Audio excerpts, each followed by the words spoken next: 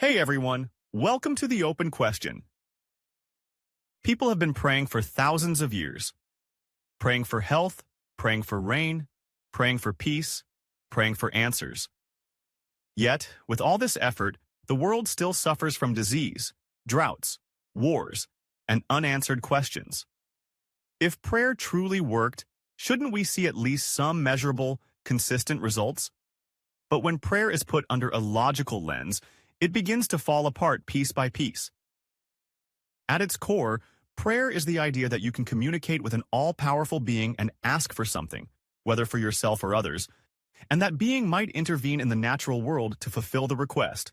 That's the basic concept. But the first crack in that idea is this. If the outcome depends entirely on the will of a divine being, then prayer becomes irrelevant. Either the being was going to do it anyway, or it won't be persuaded by words. That's like trying to change the weather by complimenting the sky. People pray when someone is sick, but hospitals still rely on trained professionals, medicine, and machines. If prayer worked as claimed, we would see religious people in prayer halls curing the ill far more effectively than doctors. But the reverse is true. When people get seriously sick, they go to emergency rooms, not temples. And when loved ones are dying, even the most faithful don't skip surgery for a longer prayer. You don't need advanced science to test whether prayer works. In fact, researchers have already done it. One of the most well-known studies was conducted by Harvard Medical School and funded by a religious foundation. It involved heart patients. They were divided into groups. Some were prayed for, some weren't, and the patients didn't know which group they were in. The result? No significant difference in recovery between those who were prayed for and those who weren't. But surprisingly, the people who knew they were being prayed for actually had slightly worse recovery rates.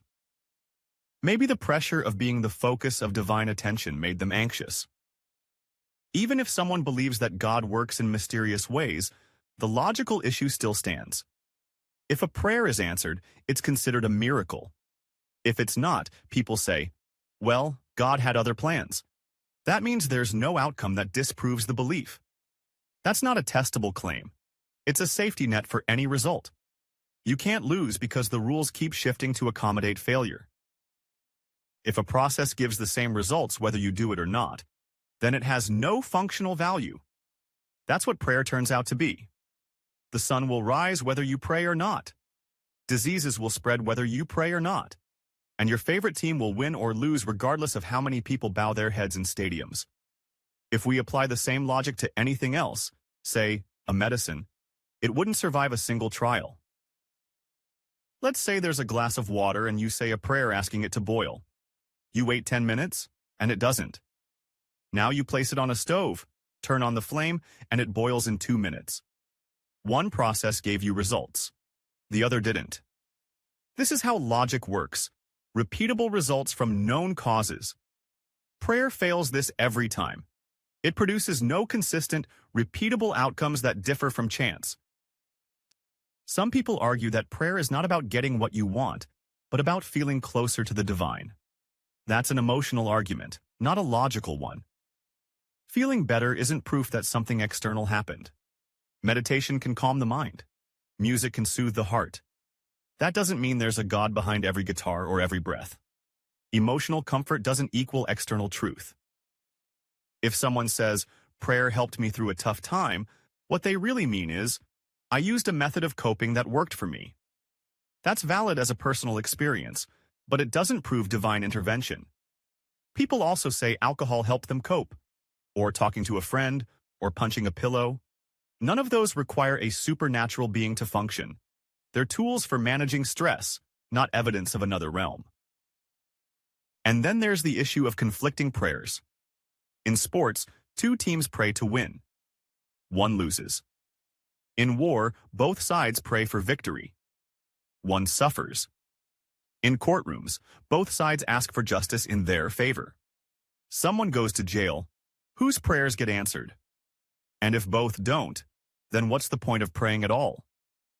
If prayer works selectively, it's indistinguishable from luck. There are billions of prayers sent up every day. If prayer worked, the world would reflect that. But instead of harmony and health, we see suffering and randomness. People pray for jobs and stay unemployed. They pray for rain and get floods or drought. It's unpredictable, inconsistent, and exactly what we'd expect from a world governed by chance and natural laws, not supernatural favor. Now think about this. If an all-powerful being needs to be reminded to help, then what kind of being is that? And if it already knows your need, then why ask? The logic breaks on both ends. Either you're informing an all-knowing being of something it already knows, or you're begging a being to change its mind, meaning its initial plan wasn't perfect to begin with. If you need to beg for a miracle, doesn't that mean the system is flawed? A truly perfect system wouldn't require exceptions. No one prays for the sun to rise tomorrow because it already does. But people pray to survive cancer because cancer doesn't care. It's not personal. It's not guided. It's biology. And still, people defend prayer by pointing to the occasional success story. Someone recovers against the odds. Someone wins the lottery. But rare events happen with or without prayer. It's a statistical certainty that unlikely things will happen if you have a large enough number of chances. One person's recovery doesn't prove divine help, especially when thousands praying for the same thing didn't get it. We never see amputated limbs grow back after prayer. We never see someone float midair or breathe underwater because they asked. The kinds of things that would shock the laws of nature never happen. Prayer doesn't bend physics. It doesn't break biology. It operates only in the gray areas, where luck, psychology, and interpretation do the heavy lifting. If prayer truly worked, it would be measurable, reliable, like gravity. You wouldn't need belief. You'd see the effect regardless of who prayed or how much. But instead, it remains a private ritual, with no demonstrable power in public reality. What we see is a pattern. People believe prayer works, but only in vague ways. They rarely expect it to stop a war or cure a pandemic. They ask for strength, guidance, comfort, things that could be generated internally or explained psychologically. When the bar is set low, it's easy to claim success.